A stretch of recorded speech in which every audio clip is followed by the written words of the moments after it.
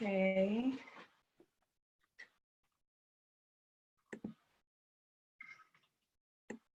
Almost there.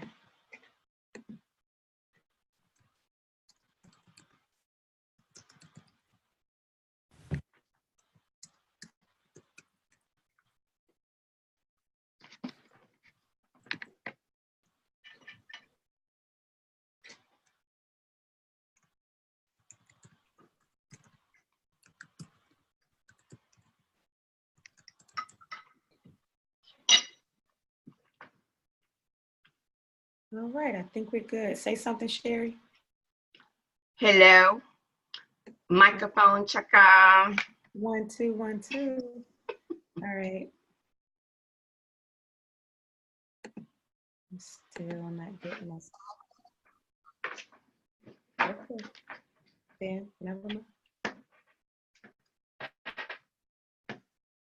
It did that before. Why is that?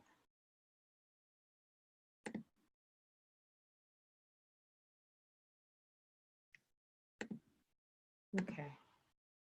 It did that to me before. I think I didn't press it soon enough. What is it doing? When I press go live, no, when I set it up, my words that I wanted to say in it, when I'm posting, it disappeared for some reason. So I gotta do it again. I'll do it one more time. Oh, child, girl, it's been a day. I am sure. Down. I ain't even have a chance to get cute. It's not gonna happen, Captain. You're always cute, girl. I appreciate it. Okay, face. Oh,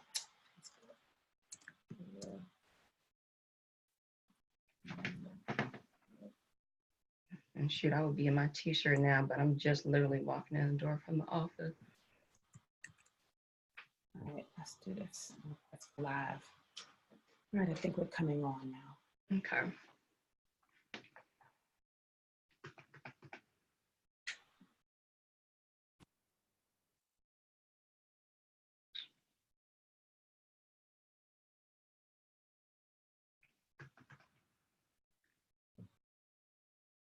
It's raining outside. All right. We are live. So please, please, please, Buffy says hi, Sheri. Hey, Buffy. Please share. We would love for you all to share. Press the share button. This is about to be a good conversation. I'm going to press share a little bit, so give us a couple of minutes. It's about to go down. It's about to go down. Okay, so I'm sharing to a couple of pages. Please let someone know we're here. We are about to talk about the topic. So get them in here. All right, I'm going to share real quick as many as I can. Here we go. And if you can, any of you all, she ready, Sharon. I'm trying. What's Sharon? Girl, Siobhan, I'm trying, child. Let me see. I'll see what I can do. I've been trying to figure that part out. So let me see what I can do. Gallery. It doesn't like me, Siobhan. I'll figure it out. Nope. Siobhan, Miss Technology. I know. Somebody got to teach me. Anyway, hey, y'all, please share with someone. I've just shared on the Real Women page. Let someone know we are here. We are about to have a really good conversation. And it doesn't hurt any that it's 4 minutes after. We're going to start in just 1 minute. Just please share it with someone. We are about to talk about colorism. Let's talk about it. Girl, I'm so surprised that we have not talked about it yet, just in one of our circles over all these years. So please share it with somebody. So let me just do some hellos. So hello, everybody. This is our Real Women Facebook Live chat that we do every Tuesday at 8 o'clock. And we are so excited to be here with you. Real Women exists to create safe spaces for women to do real work on themselves, personal development work, soul work on themselves. We get together in live, local sister circles. Our goal is that there will be a sister circle and a safe place for every woman, no matter where she lives across the world. And so we are looking forward to coming to a city near you. Right now, we are in PG County, Maryland. We're in Charles County, Maryland. We're in Hampton Roads, Virginia. HR, and we're in Baltimore, Maryland. We just launched this past month in Northern Virginia, and we have an incredible young adult Real Women team and circle that is moving forward on fourth Sundays. So we'll tell you more about that later. Go to realwomenrock.org to get more information. We have a sister circle in the DMV area and in Hampton Roads, Virginia, in one of those areas every single Saturday. Mm-hmm. So please check us out. We really would love to see you, and we are coming to an area near you soon. All right, it looks like some folks have shared, and we've got some hellos in here, Sheri. So folks are ready for this conversation. They are ready for this conversation. Okay, so I want to start by saying, and then I want you to introduce yourself, that we started this conversation in our all access membership community. So we have a membership community, and it is a paid membership community, but in addition to just attending a sister circle, they get to attend as many as they want throughout the month, but we also build community together throughout the month. So we've been talking about this, and we had such a good time that we decided we're going to take it to the sister circles. We're going to have a good conversation about it here tonight. So let's get started. Sheri is so many things to me. So she is a good girlfriend. She knows I like to say we've known each other since ponytails and patent leather shoes in church. But so we grew up together, but life, caused us to do our own thing in adulthood. And then God saw fit to bring us back together. We didn't really know how it was happening. We thought we were just reconnecting with family, but God saw fit to connect us with Real Women. So I also get to introduce her as our Real Women Hampton Roads lead facilitator and our community outreach director. And on top of that, she has her own practice as a therapist. And so I would love for you to say hello, and then I'll get the question started. Your turn. Hey, y'all. As you said, I'm Sheri. Listen, the main important thing I want you to know that I'm a woman just like each of you. I don't know if there's any men on the line, but I can't necessarily identify being a man. But I'm a woman just like you that experiences a lot of the pains, the ups and downs, the challenges, and the triumphs in life. And so I'm loving this space that we can connect. I can leave the titles. I'm not a therapist tonight. I'm you, and you are me. So I'm loving that. Yeah, that's good. So let's get to it. All right. So I want you all in the chat to be just as participatory as we are. Just communicate with us, okay? I want to see your chats. I see y'all in here. The first thing I want to ask you, Sheri, and I'm asking you all in the chat, when you think of colorism, when you think of light skin, darker skin, when you think of hair textures, what words trigger in you? What comes to mind? Either words that you have heard being used or words that you have heard being used toward you, or just what comes to mind stereotypically when you hear this issue of colorism? What comes to mind? And you can make it personal for you, Sheri. I just want some folks inside the chat to start giving me some of those words that come up for you. Oh gosh, it is like a floodgate of feelings and words when I hear the word colorism.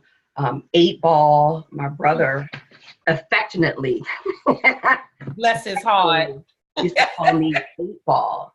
And although I knew that he was not meaning to demean me in any way, that really was something that he was calling his little sister as an endearing term, but it did not feel endearing. And so 8-ball black, we used to use that word. I used to hear that word a lot growing up, referred to dark-skinned people. So it wouldn't be dark-skinned. She's black, and black would always be in a negative connotation.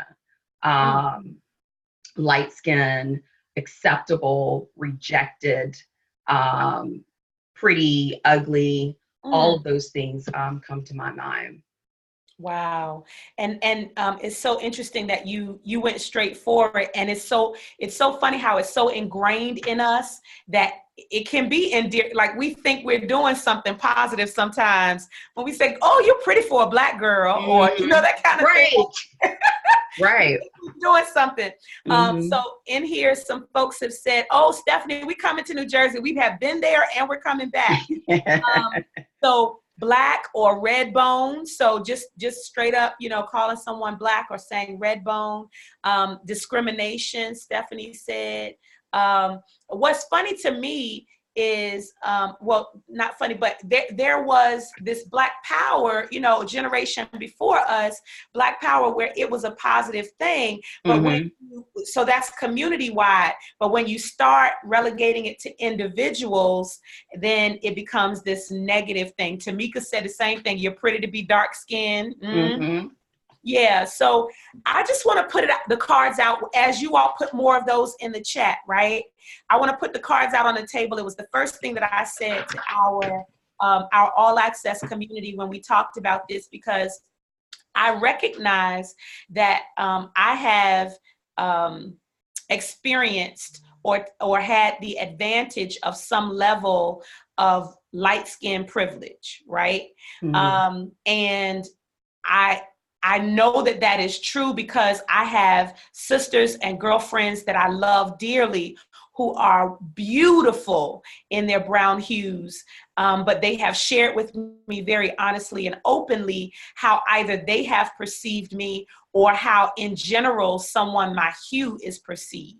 And so I want to put that out on the table that I'm not talking about this from a place of not acknowledging all of that, right? So I'm going to acknowledge that. But the reason why I wanted to have this conversation with you, Sheri, is because we had the opportunity to grow up together, and you blessed me recently by sharing with me that looking backward, you were able to notice some things that maybe you wouldn't have in the moment. Would you mind sharing a little bit about that as we move into the dynamics of light skin, dark skin, good hair, bad hair, all that stuff?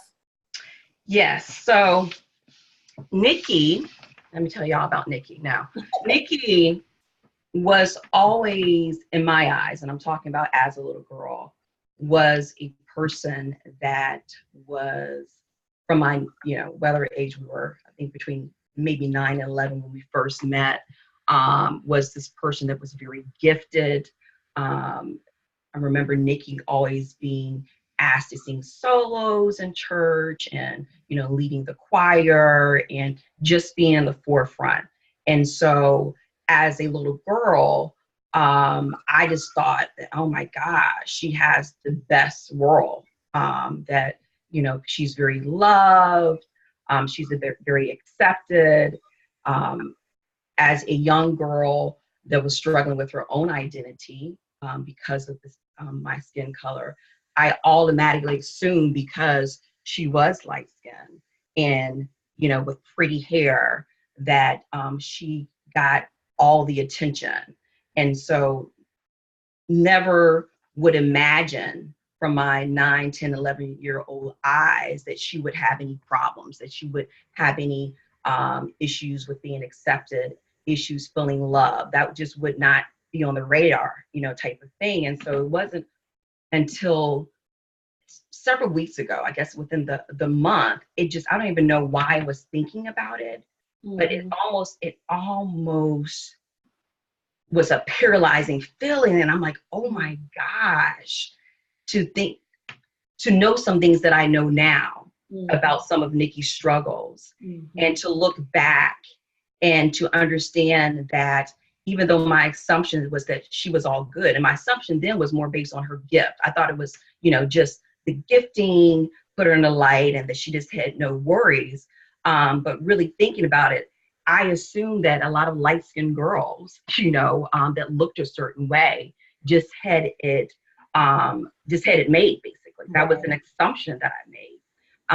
And in looking back, I realized that assumption was wrong, that she was under a lot of pressure and a lot of stress. And because of maybe the way she looked and because of this gift, this burden, even though it was a gift given by God, but to have someone so young carry the weight, I guess I felt the weight of it all on her. It just really made my heart break.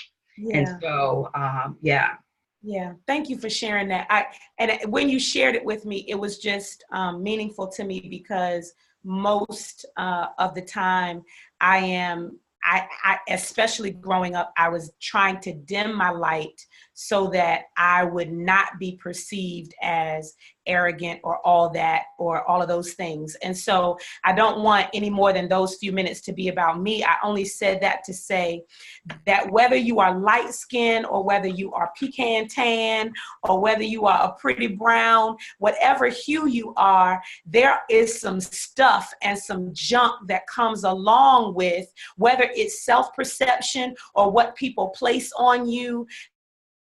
And it came out so beautifully in our All Access community that we wanted to be able to talk about it. So Absolutely. The question that I ask you, Sheri, that I would love for you all in the chat to put in, what has been your struggle related to your hue, either your hair texture, or your skin color? What has been your struggle? I would love to know your struggle, because what we're going to find out is no matter what your complexion is, and if you wouldn't mind giving your own descriptors. So whatever that, if you want to just say light skin or I'm brown or whatever, just so we know what perspective you're coming from when you share.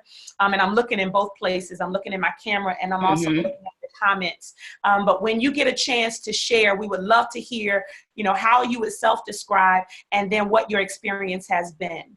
So you shared a little bit. I'll share, as I see fit as we move forward. But Sheri, could you talk a little bit about, and let me just say this about you. I have always, and it's always, the grass is always greener on the other side, it seems like, until you're mature enough to realize you just got to water your own grass, right? I really want to say, water your own damn grass. But until you do that, until you realize that you're always looking over the fence at somebody else, right? And so having known you as long as I have, I just always saw you as this tall model, picturesque, statuesque, beautiful girl, and just model, like literally when I thought, because I'm so short and what I've always thought was short and stout, I've just always seen you as this model type. And so to know a little bit about your story and how you perceive yourself differently, I think will help some of our brown sisters as well. So if you wouldn't mind sharing. Sure. So my struggle with my complexion, first of all, I grew up in the 80s. I'm 45. So I grew up in the 80s, and very much back then, light skin was the acceptable hue. You look at the videos, you look at the models. Yes. Janet Jackson. Yes. Pebbles. Prince. Michael was getting lighter and lighter. Absolutely. So light skin was definitely in, for sure, in the 80s. We didn't have the diversity of beauty and the different perspectives that we have evolved in today. So growing up, I always felt that me being a dark-skinned girl, that I didn't feel pretty. I didn't feel pretty because I wasn't light skin was symbolic of pretty. And dark skin was symbolic to me of not being attractive, of being not necessarily ugly, but not attractive, definitely not pretty. And so I felt that I was always trying to fight, and not literally fight to be seen, but fight to be recognized, that I felt that because of the boys giving the attention to the light-skinned girl, or me being labeled as pretty, but that limitation for a Black girl. And I got that a lot growing up. You're pretty for a Black girl. And I heard it probably at a very young age. I can't pinpoint when I first heard it. I want to say even around elementary school, maybe 6th grade or 5th grade, possibly junior high at 7th grade. But I remember hearing that and feeling like, okay, that should have been a compliment, but it doesn't feel good to me. It really didn't feel good to me at that time. And I had to really process in the recent years my struggle with not feeling good enough, and realizing some of that pointed back to that statement. Because that statement, I start to internalize that if my pretty wasn't good enough, then nothing I did would be good enough. That if my pretty had limitations on it, then everything that I did would have limitations on it. Wow. And again, it took me years to start processing through all of that, because as I got older, by, I guess, other people's standards, I was, good in school, and I was, successful in my career, and I was doing certain things that people would esteem as good, but I never felt good. And I learned to do confidence, but I was not confident in who I was. Wow. So I did it very well. I could walk the walk, I could talk the talk, but inside it did not align up to what I was demonstrating. Wow. And so I had to date that back to when I was a child, just always feeling, because of the hue of my skin, that I was always going to be the person that was not accepted, that was not good enough for whether it's in relationships, whether it's in even my female friendships. I was a girl that would be looked over, so it felt. Yeah. And I have to emphasize, perspective is so big, because it doesn't mean that a lot of times what we're feeling is the reality. Right. But if the lens that I'm looking through is not good enough, I don't care what you tell me, how pretty I am, how well I'm doing here or there. I'm always going to feel, or I'm always going to lack that confidence. And so it definitely impacted me, not only in childhood, but it's something that I continue to battle. Not from this perspective when I grew up that I felt that my skin was, not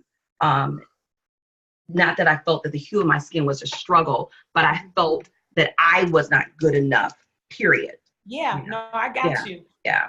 Let me tell you how it's so meaningful that you started way back there with childhood, because I think it's so heavily ingrained in us that all of the acting that we do, all of the doing, trying to appear to be okay. Yeah. It starts way back then, so that we're dealing with all of this stuff that's imposed on us from other people, and then we begin to, it's ingrained in us. So we don't deal with that stuff, and we end up showing up as this other person than who we really are, because we haven't dealt with all of that stuff. Monique said she would consider herself brown and the darkest in her family, and she felt it. That's heavy. And Stephanie said, my hair, I was always described as the girl with the long hair. I hated it. And that's crazy, right? So some people are thinking, Stephanie, like some people are thinking like, we want your hair, or we wish we had, or we hating on you because you got long hair. Right. And you sitting there hating on your own hair. It's like, don't nobody like your hair. You don't like it, and other people don't like it because they wish they had it. Siobhan said, I'm dark skinned, but growing up, my thoughts were that light skinned girls got the boys. Right? Absolutely. Yeah. And there was a time for that. I am grateful now for the fact that I think we're moving into a space and a time where brown is really beautiful, and locks and natural hair in all of its different textures is really appreciated. But I agree with you that our generation growing up, and I don't know what it was like before us, Right before us, I know the straightening comb had come out. So Mhm. I think that was the start of it, some of it. Yeah. And even the subtle messages that we heard when we're little, like don't stay in the sun too long. You're going to get darker. Those things, even though the intent was not to cause anyone to feel bad about themselves, but those hidden messages, you internalize that. Yes. You Girl, internalize it. my grandmother told me, she was always telling me about my knees and my elbows. She was Yeah, I like, saw that on the Facebook. yeah, my At the knees and my elbows. Don't get them yeah, black. Don't get them yeah, black. Don't get them black yeah, and dirty. yeah. So Neff says she really resonates with what you're sharing. Buffy said, wow, doing versus being confident. That was heavy. Hey, baby.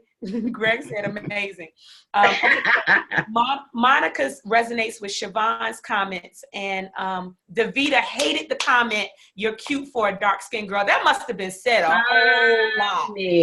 Wow. Oh my gosh. Let me tell you, there was a commercial that was produced. I remember when Queen Sugar, one of their season was coming to the end, and they sort of have these live talks afterward to discuss the season. And between the show, they showed this commercial. And this commercial was really about sort of like the Black Lives Matters movement and the tough conversations that you have to have with your kids based on what is going on in the world. But anyway, so there was a scene, and there's a little girl and her mom are staring in the mirror, and it probably was set back in like the 60s or so, because they showed like different decades of people. And so in the beginning, they just show this girl is staring in the mirror with her mom, right? They're just staring. And other scenes are flash and conversations happening between mothers and sons and mothers and daughters and things. And at the end, the mom stares at the mother in the mirror and she goes, "You are not pretty for a Black girl. You are just pretty." And when I said, I remember that one. I bawled over and started crying profusely. Because when it was just confirmation, even though I had begun to work out certain issues and struggles within myself, to hear it was almost like, you get it, like the world gets how devastating this comment can be. Yeah, and it was like she was talking to you directly too. Yes. Speaking directly to you. Yes. Yeah, that is beautiful.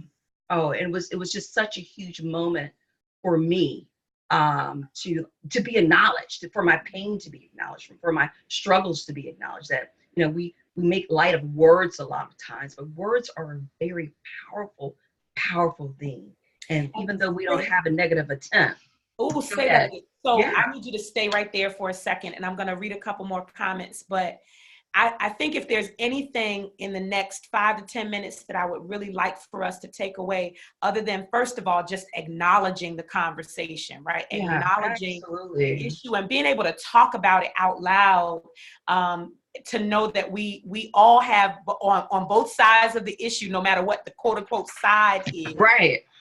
That we all have some issues to deal with it. But in addition to that, there is so much power in our words, that what we say matters. What we say to ourselves and what we say to other people, what we say to our children, it matters. Absolutely. And so even if it's something that you take lightly, we've got to know that words materialize, and so the things that I would say even negatively about I don't like this about my hair, I don't like that about my hair, all of that becomes an outward expression of how I feel about myself. And so that resonates with me so much when you said that there's power in our words. We really have to be careful what we say and speak life to ourselves and other people. One of the things, so this is my next question as I read a bit more, and I'm going to ask you the same thing, Sheri. My question for you all to put in the chat, the last question is, what are some ways that we can address colorism in a positive way? How can we combat it? How can we address it in a way that allows us to minimize the negativity around it and to just celebrate the different hues and the different shades of us and the different hair textures. Like what kinds of things should we be doing? And right before you answer that, Sheri, Neff said she recognizes that she still avoids the sun now, even as an adult, because of what was spoken to her as a child about being too dark in the summer. And yeah, we know about, possible cancers and all of that, but us melanin folk are just melanin. You know what I'm saying? Yeah. And I know we gotta, but yeah, a lot of it is that ingrained stuff. Buffy remembered the commercial. Buffy saw the commercial. Wasn't it powerful, Buffy? Yeah, Buffy said it was a Dove commercial, Siobhan. So that might be something we try to find. Yes. Something. I think that would be worth it. Monica said the same thing. She heard, I know that's right. Monica said she remembers that. I'm not pretty for a Black girl. I'm just pretty. Yes, period. Point blank.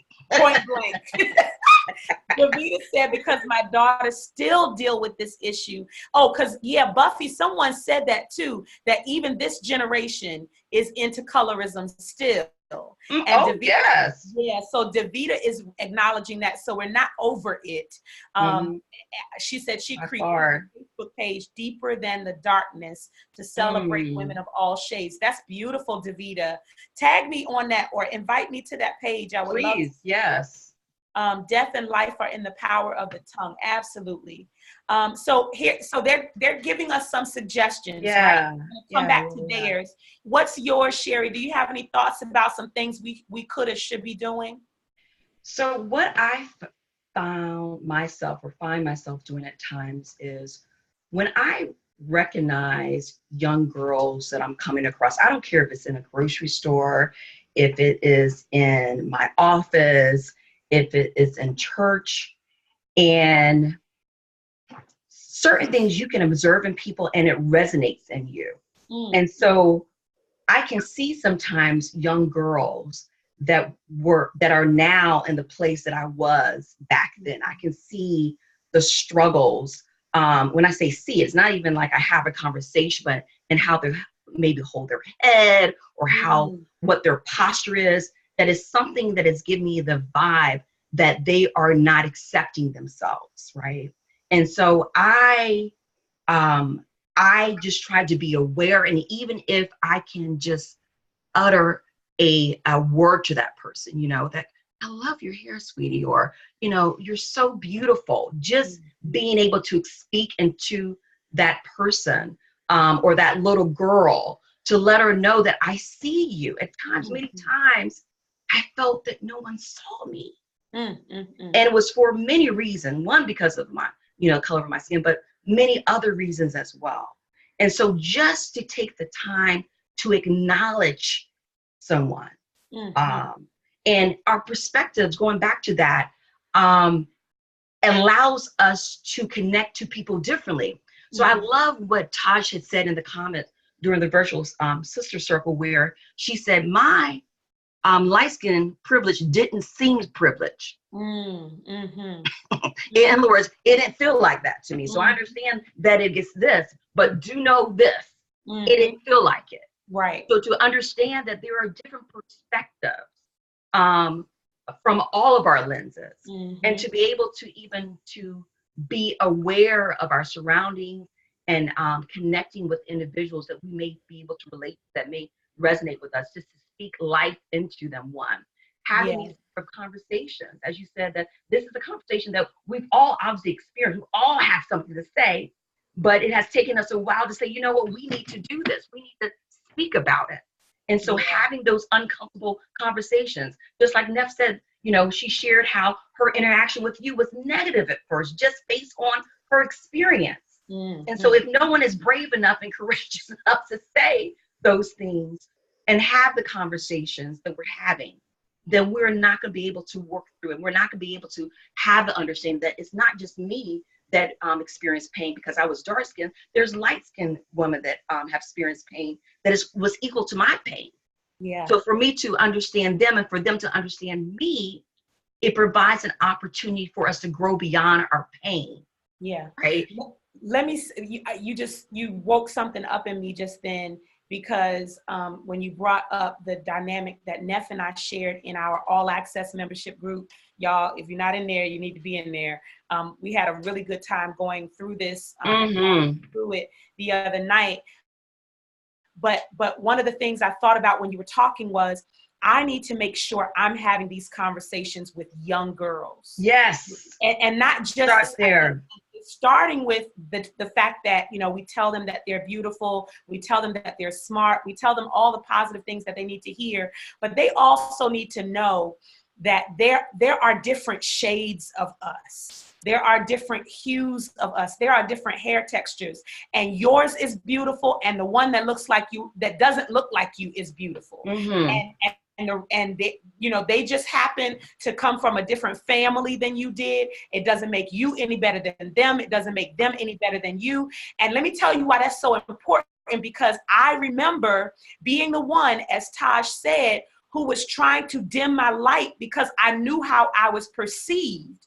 And so I was trying to make other people comfortable so that I wouldn't be perceived as the one who was trying to be bigger and better than everybody else. And so I'm dimming my own light. So think about some girls around here who may be dimming their own light because of what Davita said. There's some people hating on them.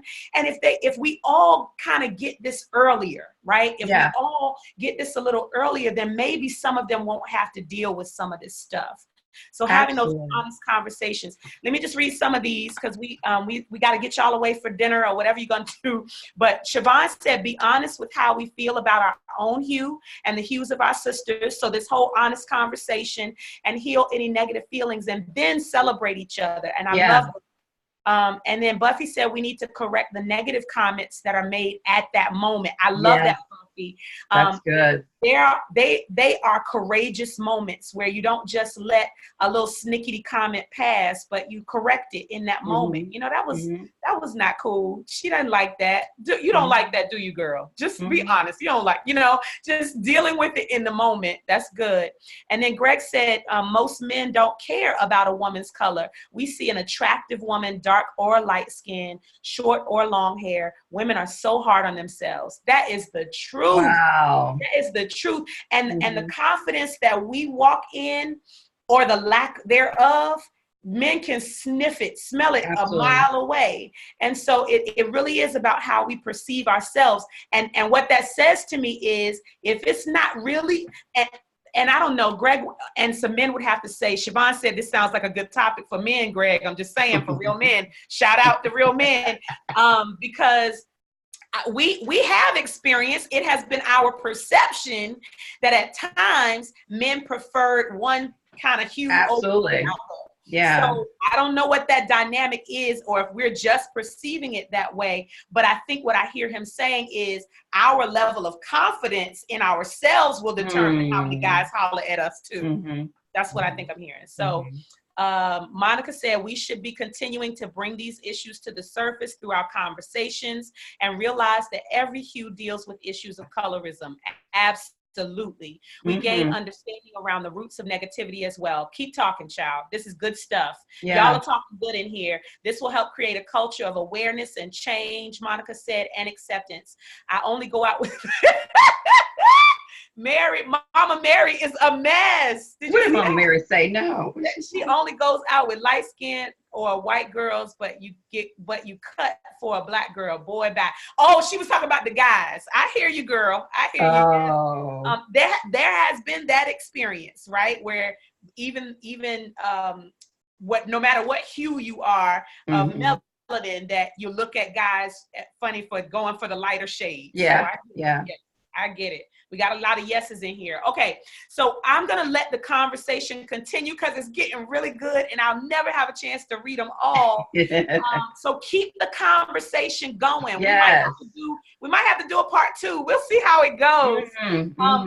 one of the things I know I can tell you for sure is that in our local sister circles, this is one of the ones this spring that's going to be dealt with.